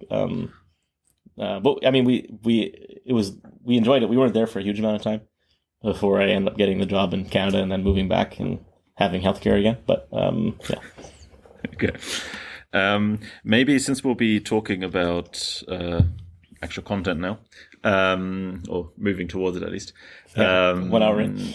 A couple of definitions, maybe, I think are always useful when talking about, for example, I actually didn't quite know the definition of fake news really, or at least not the way that you defined it, and misinformation, disinformation. Right. What's the difference between these terms? Right. So fake news is like literally just a fabricated news story. So it's like so like that is just in the format of a news story, but it's just like not actual news, is something that someone made up. So like the Pope endorsing Donald Trump during the 2016 election, it's a very famous example. He never actually endorsed Donald Trump. So it's a subclass of misinformation. It's a very specific type of falsehood that was basically like for one period of time a kind of like key primary form of it. Over time, you have much misinformation is just false or misleading information. Although some people might debate about the misleading part, and that makes it complicated. So anyways, yeah, so a false thing, like, something could be false, and it's like that's kind of easier to define. But whether it's misleading is like misleading to whom, it really depends. That's a harder thing to define in many cases. But it still like generally fits into the definition. Disinformation is just, it's deliberately created as being false, or misleading, like you've done it on purpose. Misinformation may or may not be deliberate. It's just like a general category. And so disinformation is a subcategory also of disinformation, or of misinformation. And fake news is like, could be either. So, does that clarify? I hope so. I mean, I've read up on it, but I hope so. But so how do you, so this is something I'm generally curious about. How do you think about, I guess, lying by omission, or like misleading by omission? So one thing that's, this can be taken out of context beautifully. So sometimes I go to Fox News. And also in Germany, I would go to Bild, which is a kind of tabloid. I think they're not allowed to call themselves a newspaper because they don't have enough words on each page, but I think they call it as a magazine then officially, technically. But, a kind of, maybe not the highest. Anyway, so there's like two who are kind of, let's say, from my perspective at least, not the kind of mainstream of information. And like one thing the reason I started occasionally going on Fox News is to see kind of like if there's a big event, same with Bild in Germany, what are they saying about it? Mm-hmm. Like what's the kind of, especially in Germany, we have a pretty neutral news system. And then there's, to either side, you can have the extremes. So I'm always curious, like, what are they reporting on this? Like, how are they, What's the narrative? Exactly. And so one thing I found interesting with Fox News is that whenever, in this case, Donald Trump would do something outrageous again, they just wouldn't report on it at all. It would just be nothing. Like, I can't remember what it was at one point, but like, it was just like, I can't remember what it was. Yeah, that's a fun part of it. Is pick any one. I don't know which one it was, but he said something like, not taken out of context. He just said something crazy. And, Fox News, I think, reported on Biden's son or whatever, that kind of thing, where they just report something completely different. So I'm just curious, like, how you think about this kind of stuff in this context when there's by not reporting on something or by reporting on something else instead, you're kind of implicitly saying this is the biggest news that happened today, even though to most people that wouldn't be the case. I'm just curious, like, does that fall under misinformation? Is it a subcategory? Is it just its whole own thing? Or like, how does that fit into it? Yeah, I mean, I think it does. It wouldn't traditionally fit into misinformation as it has been investigated by psychologists because it's a little bit too, it's hard to research the counterfactual. You know what I mean? Like you could imagine studies that are built on that. And I think that's one way to answer the question. The other one is whether you want to call that misinformation is really a judgment call, and one that I think is not actually that important. Like that is just a label that you put on it. What is important is that is something that happens and we should understand it better. And that it leads to the thing that we care about, which is, are people being misled? Which is, I mean, the ostensible reason why we care about fake news is that it leads people to be misled, and they believe things that aren't true, or they fail to believe things that are true.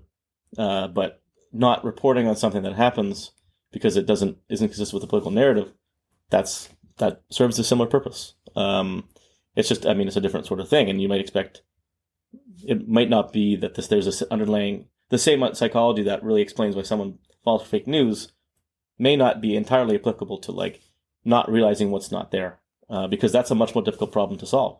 Obviously, you have to do what you do. You have to go look at the different things and then bridge the gaps. Most people are not engaging with news to that extent. They're not that informed, and so that is a major problem. I mean, I guess also in general, from what I understand, most of the things we'll be talking about more specifically, or the stuff you found, is usually about people actively doing stuff, not about something not doing something. Yeah, exactly. They could have. Yeah, I mean, that's what we said. The counterfactual is. Yeah, I mean, if we get people to think more about what's in front of them, that would already be a big step.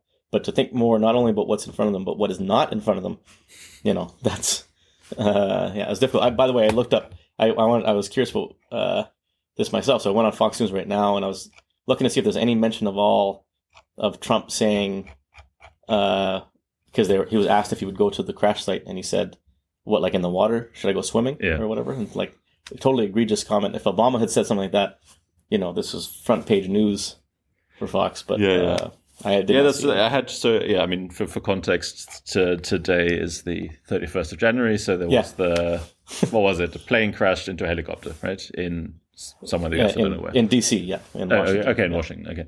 It was right in DC. So actually I also looked up this morning because I think then he blamed the previous administration for this or something like this, right? He made a political talking point out of it. He blamed Biden, he blamed DEI for... That's what I mean. Again, Fox News, nothing about it, right? Has nothing to do with anything, obviously. But yeah. Anyway. We broke a cardinal rule. Don't talk about current news events on a podcast because people could listen to this a year from now.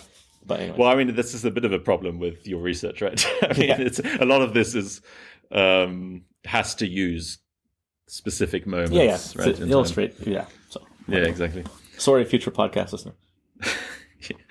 Sorry for anyone listening We actually sorry in advance for having to listen to me talk about things. So, but if you're still generally speaking, I don't force my listeners. Yeah, that's good. Yeah, and if you've made it this far, you might as well finish. I mean, it's it's your own bloody fault. No one else to blame but yourself. There's good stuff coming up, I swear. I don't know.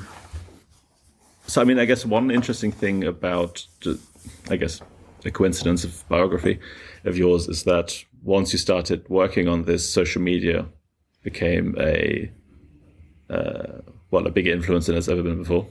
So basically, how does the introduction of social media kind of change the whole way that information is shared, or that people access their news? Oh, that's an interesting question. I mean, I think people started using it more as a news source. So old school Facebook was just, people are taking pictures of their food and things. Like it was purely entertainment. Then it became a thing where there was a news feed. And you would actually get information about the news on the same place that you get pictures of, dogs and babies and food and whatever. And so things started being intermixed. And so that's one part of it, which is like the extent to which people are like really paying attention to whether things are accurate because they're engaging with things that have nothing to do with accuracy at the same time.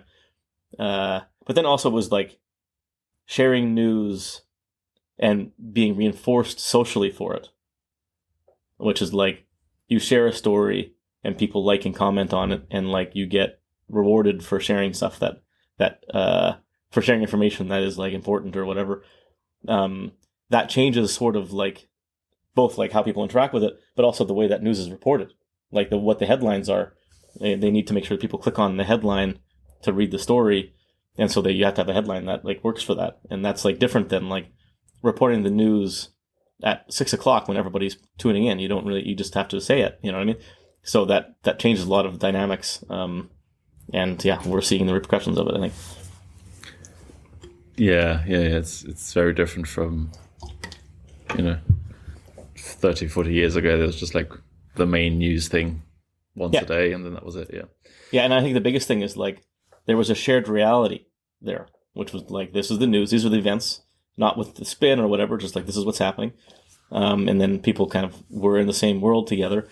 Now it's like not only because different events are being reported differently, but they're being interpreted on the fly by news opinion people or whatever, or even by like political elites, and that's what's being fed to people.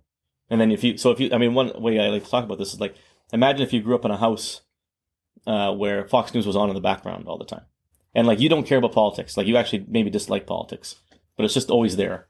You're gonna have a different set of beliefs and like positions than somebody who was raised in a house where MSNBC was on in the background, and it has nothing to do with your political like allegiances or identity or anything. It's just like, what have you been exposed to? And like we're just running that experiment over and over and over again with different states and different counties and whatever, and like the people are living in different realities, and it's no surprise that we are so politically fractured in the States because of that. Yeah, you've in previous podcasts I heard you also talk about the which is funny because it's like such a basic fact of Bayesian updating, but how your prior beliefs influence how you interpret new information coming in. So just because you kind of already almost explained most of it there, can you just go into a little bit more detail, kind of how a lot of the, how should I put it, things that might look like a kind of political bias might just be a difference of background information. Yeah, exactly. So what we do too much in like particularly social psychology is we take some sort of like outcome, like how you interpret a crowd size or something. I don't know. You see a correlation with political ideology and say, well, ideology, people's identities are driving this difference. But it could be that the different exposure to different information for people with those ideologies is what's driving it. And it might be that it has nothing to do with their own identities or what they care about. It's just what their lives have been like. I mean, I think there's other areas of psychology that have where we care a lot about people's experiences. Like, how do they get that's what forms our perspective, is like the things that we've experienced in our lives, which includes the information that we have been exposed to and we expose ourselves to. That's who we are. That's how we get where we are. We're a product of our environment in a very like literal sense. And so like if you take people that have totally different information environments, they will necessarily have different beliefs. And we can't attribute that to their like motivations to want to believe those things necessarily, or their like identities as people within those groups. We have to separate them to know what actually is causing what. As psychologists, we often like put way too much weight on the identity part, which is kind of like saying the people have control over what they want to believe and what they do believe, and less on the like exposure part, on the environmental part, like the stuff that they've been exposed to, the information that is around in their environment, and that's what determines a lot of what they believe. Just because a lot of this, I'm not entirely sure exactly about the details of this. Does your work rely on like formal models in this case, or is it all verbal? Because I'm just curious, or not necessarily your work per se, but like work in this area in general, in particular with fake news and misinformation, etc. Because obviously a lot of this is studied very formally in slightly different contexts. Yeah. So I'm just curious, what's the kind of, for these particular topics, what's the way that's usually approached right now? So low on formal models for sure, because it's at a level of abstraction that is kind of difficult to model. If one of your parameters is all the information that someone's been exposed to, that's not going to be that easy to put in a formal model. I mean, you could, whatever. It's just, or like that is, it's not as conducive to that as it would be for something, other things. There are like what we've tried to push is at the very least having some sort of like DAG, some sort of like like just directed acrylic graphic something. I don't know. It's just boxes and arrows. We used to call them boxes and arrows, but it's just like a representation of the causal model that you are implying. So a great paper on this is Ben Tappan has some interesting work looking at that kind of thing. And so it's just basically a matter of like, even if we can get people to be more explicit about what they think the causal model is, even if they don't even put it out into like a boxes and arrows, just like, what is the causal role of identity in this outcome that you're talking about? That would even be progress, I think. So like we're pretty far away from having formal models about this sort of thing, I think. We're still litigating basic causal factors. To what extent is identity actually playing a causal role? Because it's correlated with all these other factors.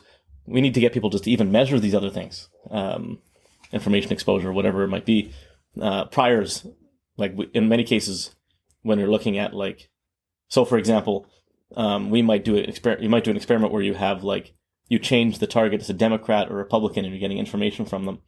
And so one important piece of information there would be measure how much they actually trust people who are Democrats, Republicans. That might explain your entire difference. And then like, how do you explain whether they trust? That's different, but that's not necessarily identity that you're varying there. So anyways, first step is measurement, then a more understanding of the causal mechanisms, and then a few, steps down the line is formal causal models. That would be great. Yeah. Okay.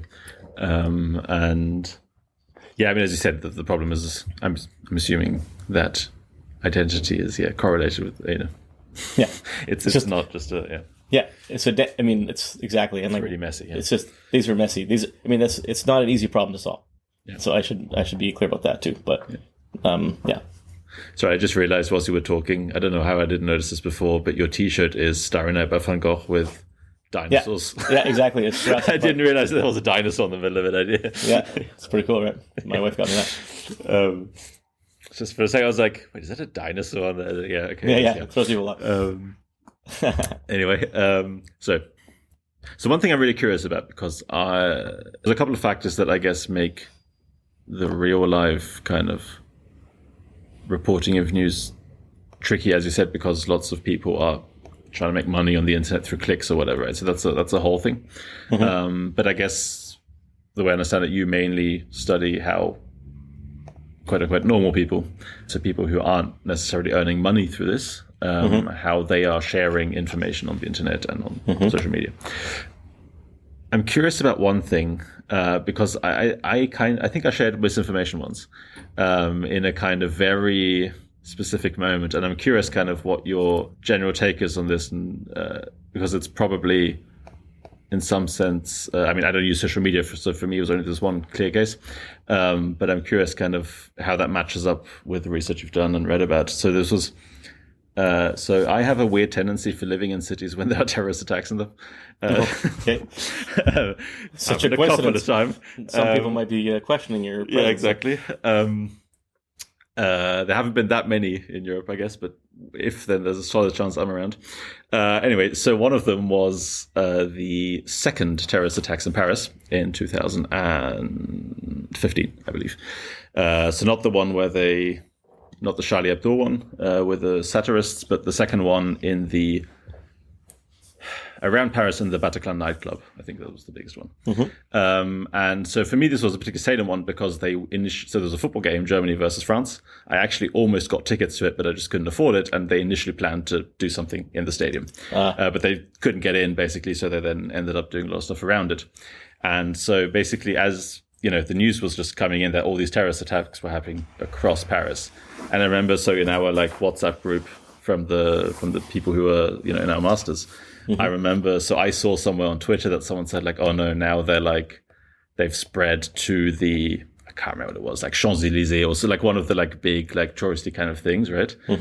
And I remember reading that, and in that moment sharing it in the WhatsApp group, saying that I read this, but also kind of thinking this might be bullshit, but not saying that part.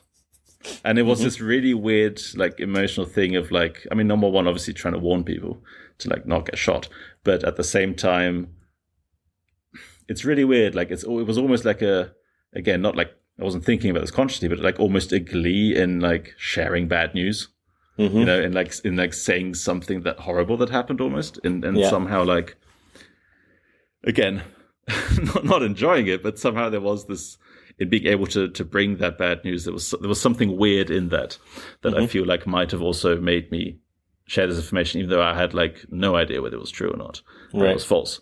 So I'm just curious, how does that line up with the reasons that people share this kind of information that they, kind of know that might not be true? I mean, I didn't know that it wasn't true, but it was a big question mark around the truth of that information. Well, I think that, if you think about that evolutionarily, there are contexts where rapid transmission of information is more important than being conservative about the accuracy of it.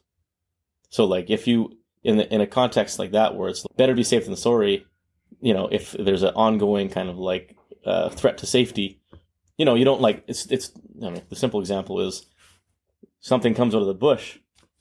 You don't need to sit there and analyze if it's a bear. You just get the hell out of there. You know what I mean? You figure out later. So I think there's when we have this kind of adaptive response to being this is really important. I need to pass it on.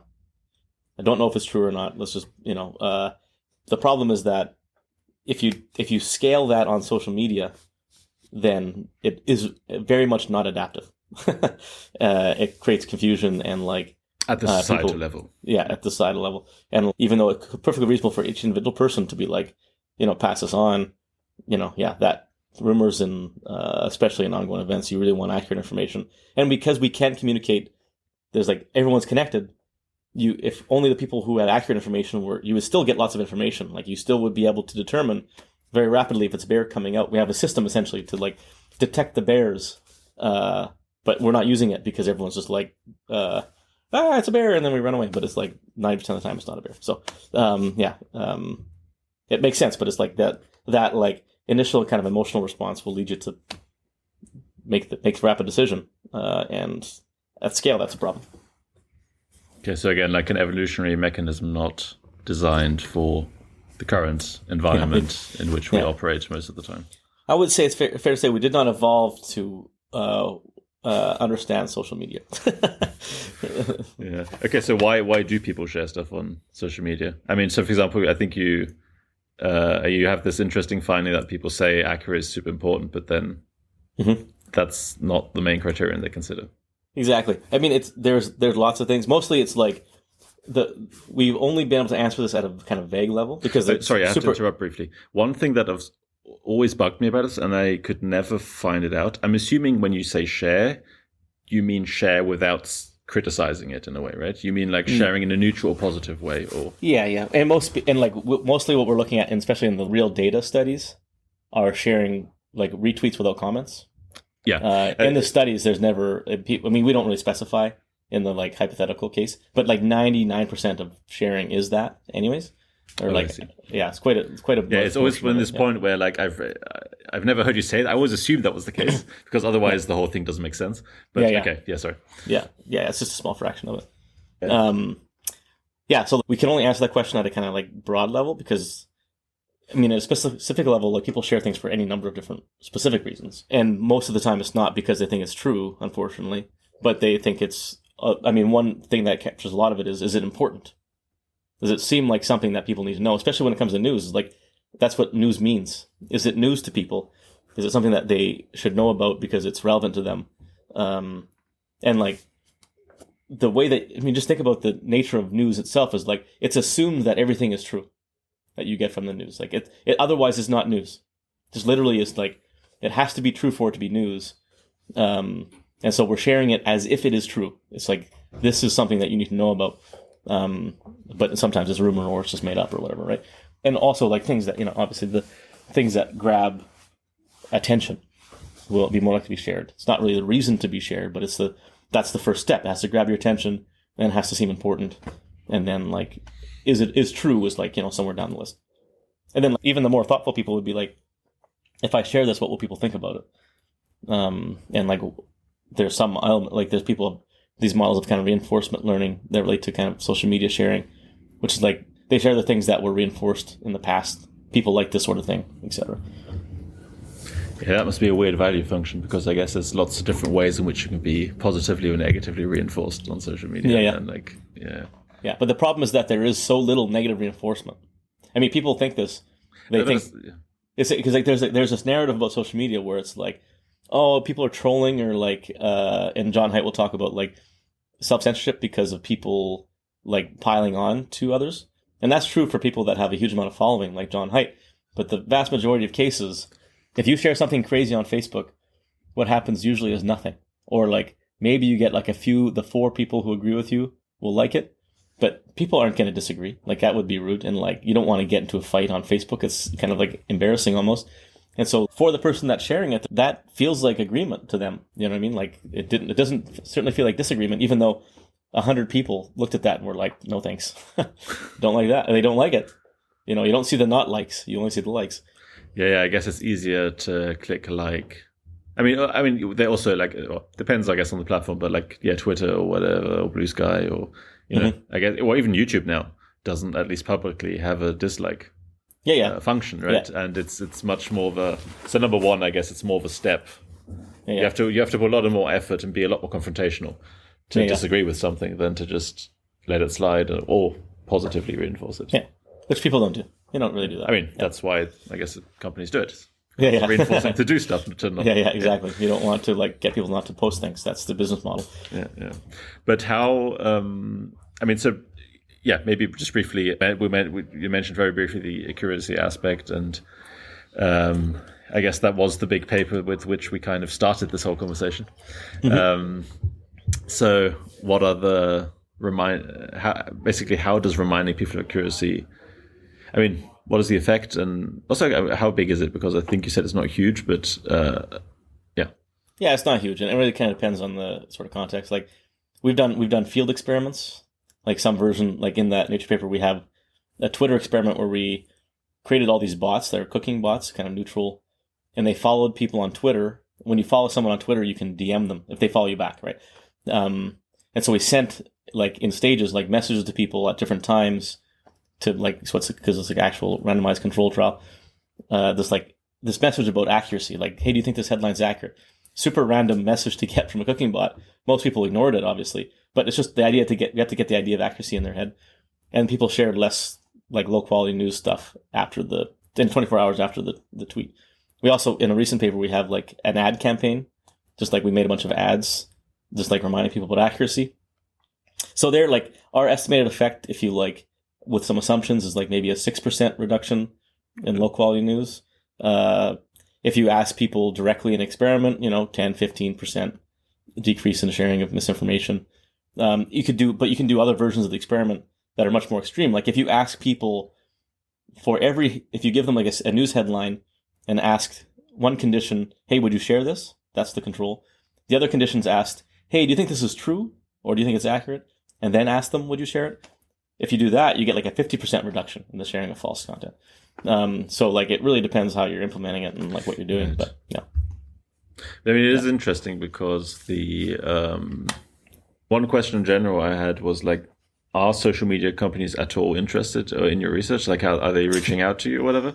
Because obviously, like what you're doing is, again, as we just mentioned, like you're discouraging their business model, basically. Well, there were times that they were interested, and we'd worked with Google, for example. I was a faculty research fellow there for a while. What social media does Google have? YouTube. Oh, YouTube, sorry.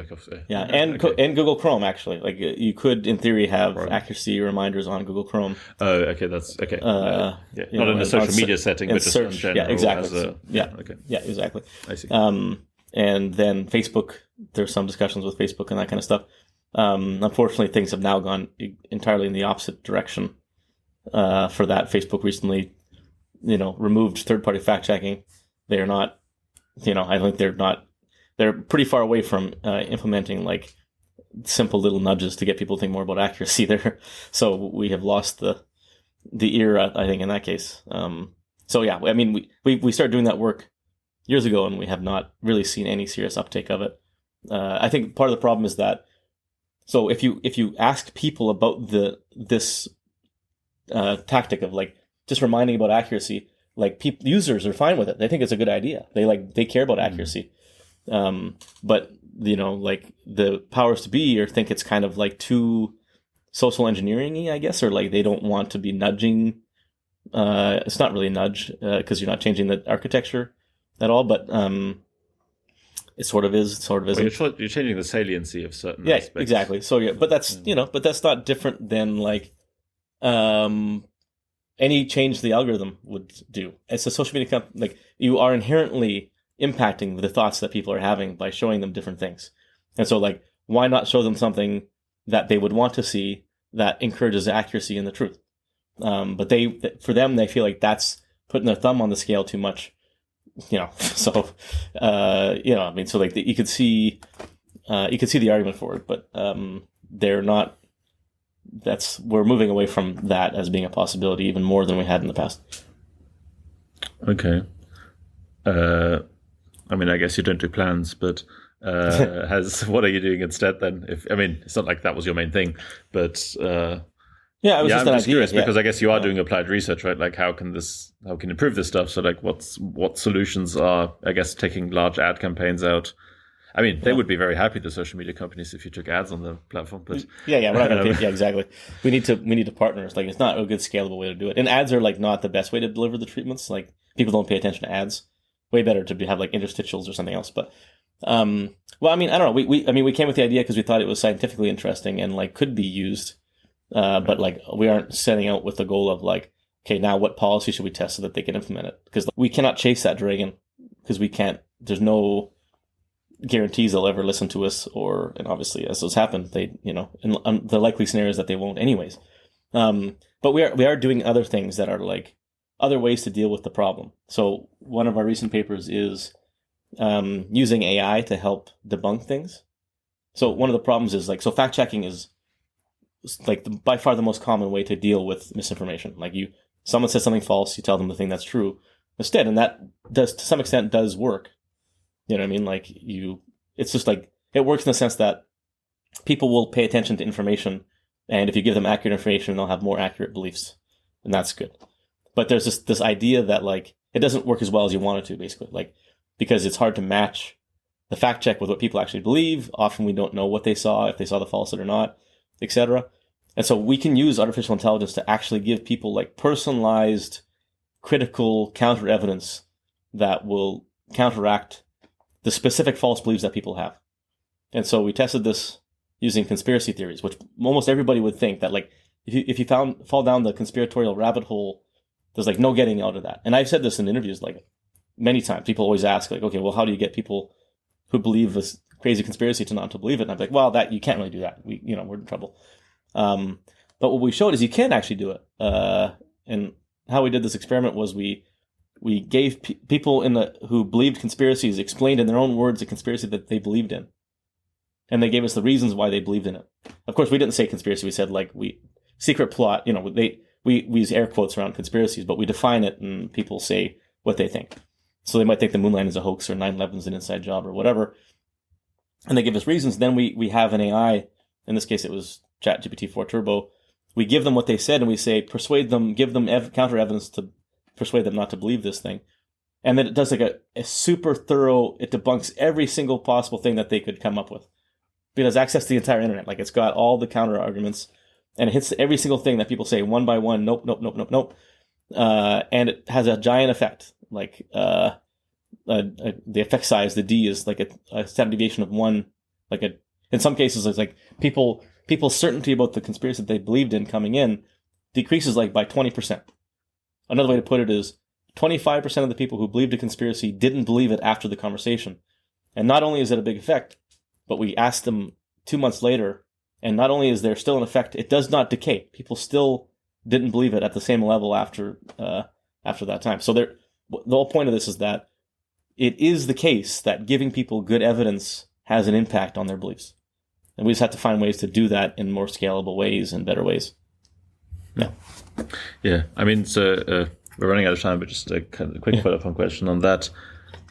Why do you think something like ChatGPT is good for that versus a person doing it? Is it because it's seen as neutral, or like what? No, because it provides better arguments. Like if I said, but you know what I mean? Like I feel like even if someone was very, very had all the arguments, they'd be like, well, that person's just maybe. But someone did a replication of our study, telling people it was a human, and it doesn't really matter. The problem there is that it's really implausible that it's a human, because no one can do that. Like it's like and especially at the speed of like, you would have to memorize so many facts that are so idiosyncratic. Everyone has their own, like, even somebody who believes 9/11 is an inside job.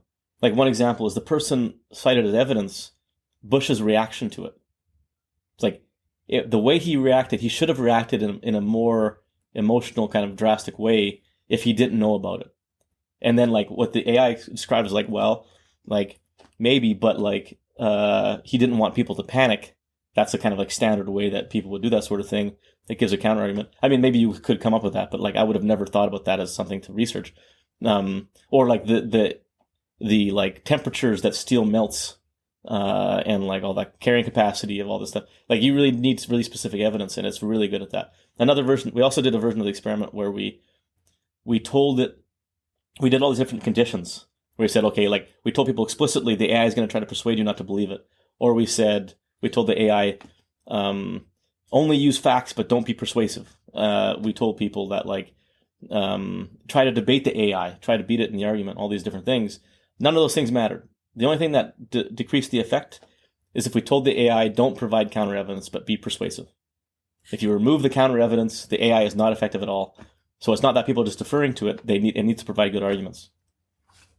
Well, that's very hopeful. Yeah. Like actually providing information works. It works. I mean, it has to, in a certain sense, it has to be true. I mean, that's what the basis of our education, our judicial system, all these things, that evidence does matter. It's just that it doesn't matter as much as we want it to, but it doesn't not matter as much as we think it does. Yeah. You know what I mean? And so there is somewhere in between there that we can be. It's just a matter of getting people the good evidence and getting them out of their information echo chamber, the narratives that they're getting that are misleading and not containing the right information. If we can break them out of that and give them the right stuff, then people will be more reasonable. Cool. If you don't mind, I'll go to the recurring questions now. Yeah, that's it. I think that was a logical end to the conversation. At the end of each of my interviews, I ask my guests the same 3 questions. The first is, what's a book or paper you think more people should read? Old, new, famous, unknown. I don't really care. Just some recommendation from you. I think that more people should read Robots Rebellion by Keith Stanovich. It's a book that is not, I don't know how much copies that he sold or whatever. It is a little bit academic, I would have to admit, and there's like some dense terminology in it. What Keith argues in the book is essentially like the thing that makes humans unique is our capacity to essentially question our instincts and not just do the automatic thing that comes to mind and engage in deliberation, essentially analytic thinking and like, so the Robots Rebellion is like he takes a meme-eyed view of evolution where gene. I'm mixing things, but actually it's relevant for that. Gene-eyed view, so like your genes don't care about you. You're just the machine that can pass your genes on to the next generation. But like, because of the way that we evolved this capacity to do things that are contrary to what our genes would want us to do. And like that would be, like it could be altruistic actions or whatever. And so that's the Robots Rebellion. We're rebelling against the robots inside of us, which are the genes. And so I think, it's really changed the way that I think about things. And I think it's something that people should think more about and be more aware of. Okay. Second question is something you wish you'd learned sooner. This can be from your private life, from your work life, whatever you want. Just something where you think, God damn it, would have been nice if I learned that a little bit sooner. Yeah, it's interesting. I touched on this a little bit earlier. What I didn't appreciate, I had a naive view of academics coming in. This is for warning. This is for an academic audience. This next part that I'm going to say, I thought if the work was good and interesting and like people cited it and stuff like that, it didn't really matter where it was published or like whether it was all fits within this easy narrative or it's a part of a brand or whatever. And I underappreciated the like how little care people who make decisions about hiring actually put into that kind of thing. And a lot of it is prototypicality and these markers of prestige and all that kind of stuff that aren't relevant.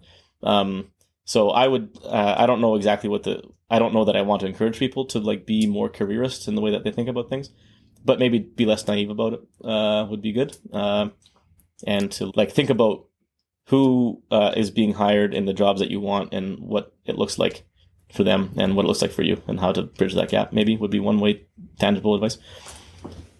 Yeah, I don't know, but still it's science. If you're not having fun with it, then it's not going to matter anyway. So we have to carve out what. I'm not sure that if I went back, I would change the way I did things anyways, but it's just, yeah. Yeah, I know what you mean. Yeah.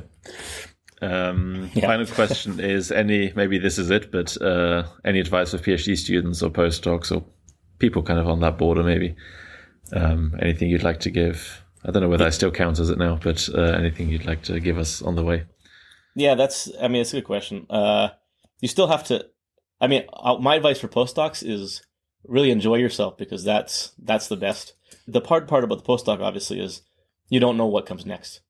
And that is difficult, and that's something I struggle with, like everybody does. But it really is amazing. Like grad school also is amazing. Like you get to just do the research, and then what I thought was going to happen when I got the job as a professor was like, now I can relax, and I don't have to worry about the career anymore. I can just work.